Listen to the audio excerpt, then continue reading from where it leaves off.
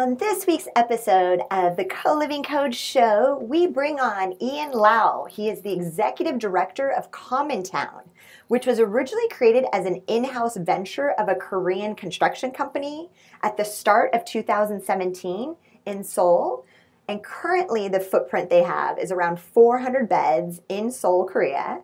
And then they just launched their Singapore entity at the end of 2018, which is the headquarters for international expansion. They welcomed their first members in Singapore in April of 2019. They've got about 40 beds currently, but they are growing on a daily basis because that is a very up-and-coming market. And they are currently exploring projects in other Southeast Asian countries, including Indonesia, Malaysia, and Thailand. We will go ahead and launch right into the show with Ian Lau of Commontown. Hi, everybody. It's Christine again this week with the Co-Living Code. And today on the show, like I said in the bio, we have Ian Lau.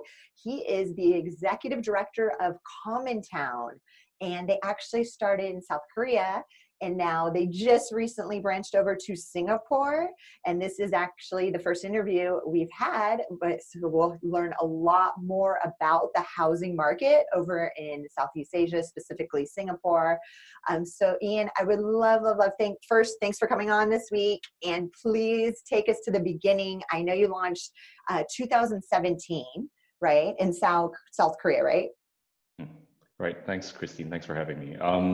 Well, we started in 2017 as an in-house venture. Our parent company is actually a construction company, and we've built apartments. And well, the apartments in Korea are actually quite homogeneous in nature. Every residential apartment looks the same. So our founder was running projects in the construction arm of the business, and he thought, how could he make a difference?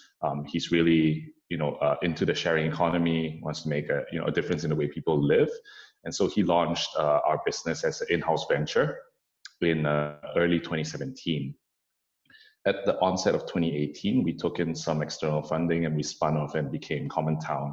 And we have since developed in Korea up to about 400 bed footprint or so. And as you mentioned, recently we've opened in Singapore as a beachhead on to our ambitions for the rest of Southeast Asia. Great. And you guys have 40 units already in Singapore, correct? And growing. It's the number changes on a day-to-day basis. Okay, nice. Oh, that's good to know. That's exciting. And what's the founder's name? I'm trying to remember who's the founder? What's his name again?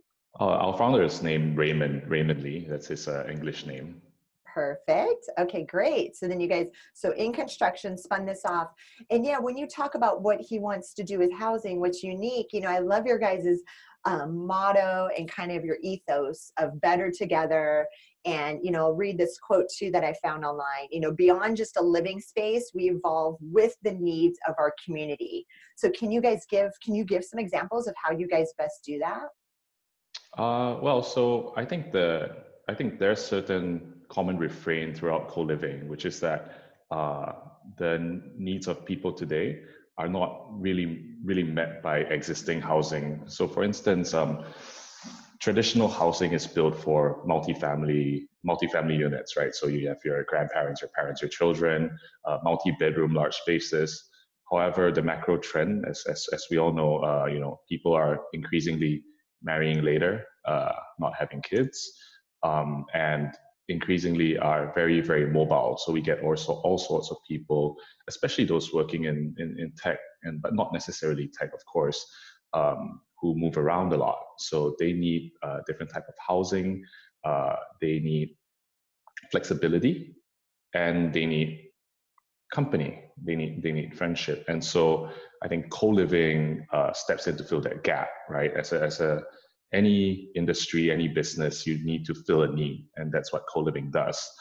How we view it is that there's no template approach to co-living. I'm sure you've realized that. And every market is extremely different. So wherever we go, we try to assess the needs of the people on the ground and tailor our products to suit that. So for example, in Korea, we started out as all female. Our first 90% of occupants were all female, all local people. This arose from a need of from a mixture of security concerns, like girls sometimes feel unsafe living on their own, as well as a need for Korean people from outside of Seoul or from more remote parts of the city who want to live in closer proximity to their workplace. In Singapore, on the other hand, our members are largely expatriates, simply because there's so many expatriates in Singapore. I mean, I think some sort of survey had us at the fourth best country in the world for expatriates or something. So there's tons of young expatriates working in tech, in banking, VC, or in the creative industry even. And these people have a need for, flexible housing and also sometimes just someone to share a bottle of wine with. So we evolve with the needs of our people. That's what we say. No, and I think that's why I loved when I saw that quote. That's why I wrote it down, because you nailed it. Like, this industry is growing so fast that I think all of us are trying to evolve and figure it out. And it's very fragmented. And you're right. Every region is different. And within each region, people are doing different co-living models. So I'm really glad, that you guys are evolving with the needs of the community. It's almost like you have to, right? Yeah, otherwise otherwise there's no reason to exist. Exactly. And then, so it sounds like, yeah, Singapore, and again, it's on the top of my list. I really hope I can make it over there this year, because I've just been hearing amazing things and I just haven't made it over yet to that city. Do you have a lot of expats from around the world coming in, and do they speak, like, what languages are being spoken mainly? Well, everyone in Singapore speaks English. I would say 95% of people speak quite fluent English. It's the medium of instruction in school. And of course, Singapore, industry-wise, Singapore traditionally was strong in high-tech manufacturing, as well as now financial services, legal services, consulting, things like that. So all of these, and kind of serves as a gateway to Southeast Asia. So for all of these industries, I think people are mostly conversant in English. Great. And then, is that something in your marketing? And that's why I bring the question up, on Instagram, are you guys going to maybe change that over time to different languages? Because again, if their main language is English, if they go to the Instagram, if they see everything, nothing's in English, maybe that would worry, them coming over if that's not the main language being spoken. Yeah, so I suspect you were looking at our Korean Instagram, but we have a Singapore Instagram for Singapore that's done in English and it showcases our services here. Yeah, I'll send you. Okay, good. Yeah, I didn't Yeah. see that. Okay, great. So you guys have two separate Instagram pages for both regions. Yeah, and I think it's a necessity, especially when we look at the rest of Southeast Asia, even for our expansion plans. And as we look at markets like Indonesia and Thailand, where English is spoken but may not be the primary language, and where local people are of interest to us, we will have, of course, separate Instagram pages, because every local page will show that country's properties and kind of resonate with the people of that geography. Awesome. Perfect. No, that's great. And again, and I think it's this, the global traveler and the global residents and the remote workers that are jumping from these amazing cities around the world. I'm just learning more and more that it seems like English is becoming the language, and especially the younger generations. And I think social media is probably helping with that. That's the language people are speaking mostly. And I think only speaking from personal experience, I just moved from Amsterdam to Berlin. In Amsterdam, all the Dutch speak English. Like, it's this, like, everybody. Berlin, I'm struggling in certain areas where they don't speak any English and only German, and I don't know any German. So again, I'm like this perfect avatar for co-living now that I'm, jumping to major cities. And so, yeah, I'm like, whoa, like, I didn't know that. There are some fairly insular markets. For example, Korea is one of them. Japan, China. We've looked at some co-living and co-living-esque products in those countries, and yeah, most of the country has rudimentary English at best. So expats definitely benefit from being in that kind of environment where they have someone to at least help them out, as well as just not to feel so lonely. Exactly. Yeah. And then you really learn that language is such that bond, right? I think language and food is what really bonds humans together. That's what you realize. Perfect, Ian. So explain. So the model is more like both in both locations, both cities. You guys just have apartments that you guys are managing, and they're kind of spread out amongst the city. Correct? It's not one big building. So I think at the onset of the business, the easy way to get started is to take small apartments, both from a POC point of view, as well as just getting your feet, just getting your feet under you and setting up your operations and everything. So it's a matter of scaling up, right? So for example, Korea is very different from Singapore. So we did that entry to Singapore, although we did scale up a lot faster based on the learnings we had before. But no, in Korea, we've actually evolved. We've taken a number of entire buildings and we've managed those. And we even have our first purpose-built building in Korea that we operate as well. For Singapore, as we commenced mid-April, so we're still quite early, but we are looking at projects around the region, and these are going to be of a larger scale, buildings that we will reformat to kind of fit our purpose, to kind of drive community. So these could be old apartments, or these could be underutilized hotels, for example, and we'll renovate them to make the common spaces more inviting and drive user behavior in a more community fashion. No, in your guys' space, for those, I know some listen to this on a podcast, but for those watching on YouTube, in the beginning, we did some B-roll images and video of your guys' spaces. You guys have beautiful spaces. So thank you. Yeah, you guys have done a really good job on making it, feel like you could build a community there and you could live there and feel like it's home. Do you guys have a minimum stay? We do in Singapore. So in Singapore, our minimum stay is 3 months.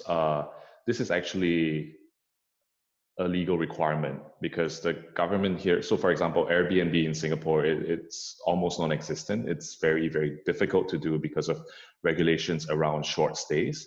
So the legal requirement for non-hotel, non-service apartment minimum stay is 3 months.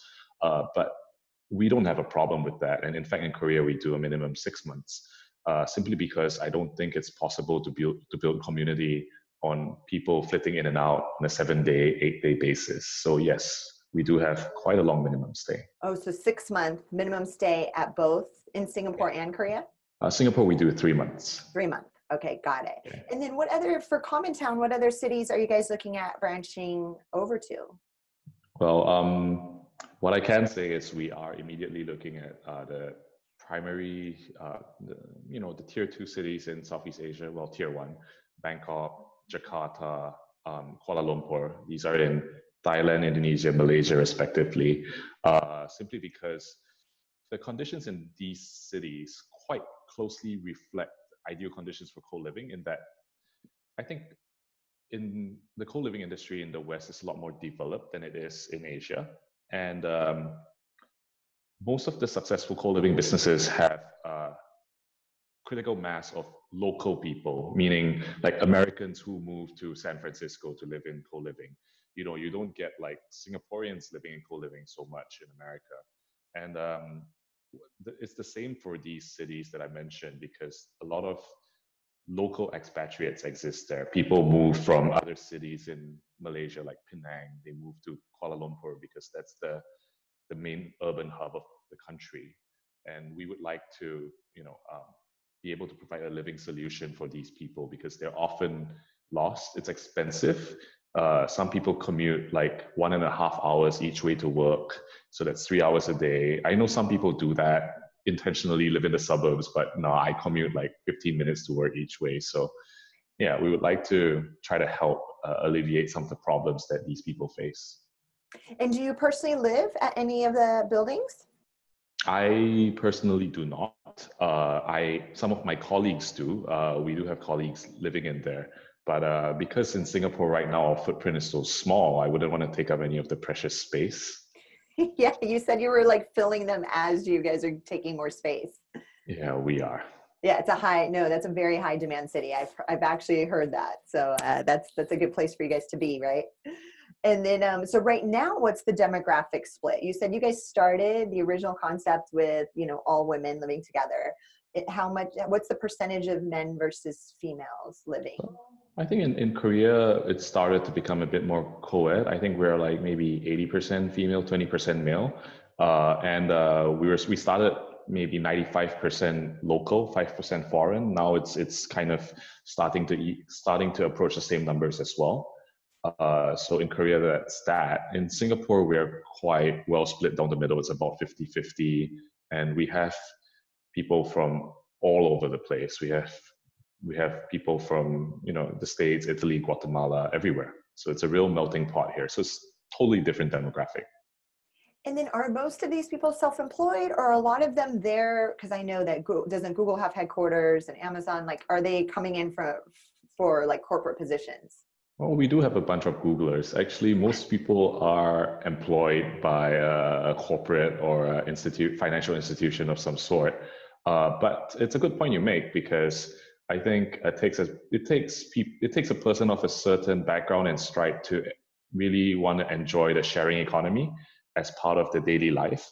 I think Southeast Asians in particular traditionally might not be used to the idea of co-living. Especially in Singapore, people typically do not move out of their family homes until they marry. So we only have like one Singaporean person living with us right now, but hopefully, or rather, I think things will change. Things will change as according to the macro trends that we talked about earlier. Yes, no, and I think you've nailed that. I think you're exactly right that everything's going to kind of shift along the ways. What are some other like differences? Because I know I'm sure you study the market on a global level, not just Southeast Asia. What do you think are some other unique, parts about, like you said, the sharing economy is just starting to take off over there? Is there any other things in that region that are kind of, hindering the concept moving faster, or any differences amongst the rest of the world? Well, firstly, I think I'll give you an example. In Korea, the concept of paying rental is not as prevalent as it would be to, it's not something as widely understood as it would be to you and I, because there was a way where they used to, instead of renting a house, they would put down a deposit on a house, and sometimes the deposit on the house could be half of the market price of the house. So if I want to rent a house, instead of paying rental, I put down, let's say, $500,000 as a deposit. I get to occupy it for maybe 2 or 3 years. At the end of 3 years, I get back the entire $500,000. So sometimes this is mixed with nominal rental or higher rental, lower deposit. But the thinking was that paying rental is stupid because I can just put a deposit on the house and get the money back, and then your rent is the implied yield on the deposit.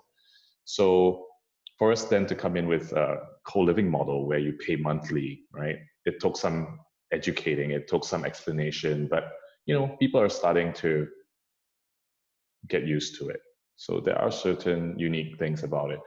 Singapore, on the other hand, I think, or even Southeast Asia. Let's not talk about Singapore. Singapore is it's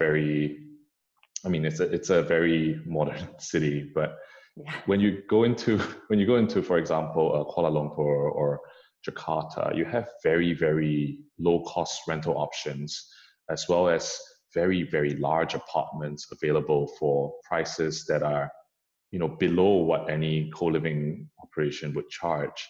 So it's going to be really hard to persuade people to come in, right? And so I think there is a lot of education required, for co-living businesses in the region. Yeah, no, I did not know that about the deposit in Korea on the houses. That's kind of a complete shift in thinking how rentals work and a place to live. Do you guys, so what's the age range roughly? And maybe it's different between the two markets. Well, not really. I think globally the same kind of profile is served by co-living. So you're going to get like primarily 25 to 35-year-old single young professionals with fairly good, income levels. But of course, in Korea, we have done some low-cost housing catering to students. And in Singapore, we have some members who are above the age range, but who really wanted to, get out there, get out of their shell and try something new. But yeah, it is the same millennial market that we serve everywhere, I think. Nope, it's the 25 to 35. That's that base. Yeah. And I think you're right. There's the outliers, and I think it will change over time. It might grow, but yeah, 25 to 35 is what I tell everybody. That's the main market globally. And then, do you guys do events? Do you guys host any events for your residents? We do. So I think events in Korea, for example, when we started primarily female, we did events that would appeal to them. So maybe like book readings and movie nights, things that I wouldn't go for. Here, we do some events. We do, it's often food or drink centric, but it's more to make people get to know each other. And we try to catalyze the community in that way. So the events are for introduction. But what has happened, and what's happened very nicely, and maybe that's because there's a lot of expats here a lot from the West as well, mixed in with Asian expats, is that they organize their own activities now. Like they go, just last week, a bunch of them went cycling on some island off Singapore that I've never been to. And next week, another bunch is going to Bali together. I mean, it's small, it's like quite a small community still, but it has become very, very, they do things by themselves. It's become quite automated, and that's great. No, that's amazing. And I think that you guys provide that space for them to be able to facilitate that, right? And especially if they get transferred, if Google transfers them from the States over there and they don't know anybody, like that's such a perfect way to make friends and have that kind of like that immediate social circle. I think that's one of the special things about co-living.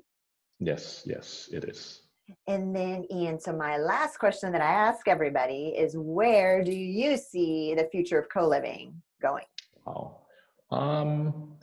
So I think the segment that we target is going to get bigger and bigger, just because the world becomes more and more mobile day by day, and there are swaths and swaths of cities and populations that have not yet stepped into the sharing economy. So it's going to get bigger and bigger market. But also, as institutional money starts pouring in and everyone wants to jump on the next big thing, I think we're going to see some convergence. I think we're going to see people, going at it from a growth perspective and large scale perspective, like WeWork and stuff.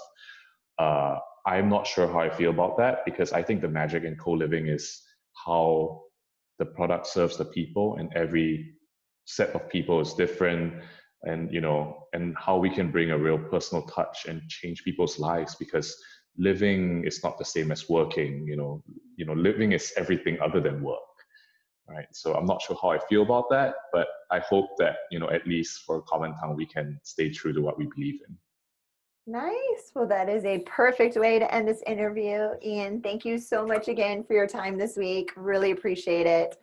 You had such a clear, it's such a great way to kind of explain the region you're in and what you guys are working with. And again, we'll have your link to Commontown below on the show notes. And thanks again. Thank you so much. Bye. Thank you so much for checking out today's episode. If you want to learn more about co-living, you could check out my book on Amazon, The Co-Living Code. And of course, if you're looking for the perfect software to power your co-living concept, check out Kndrd.io, Kndrd.io. Thanks.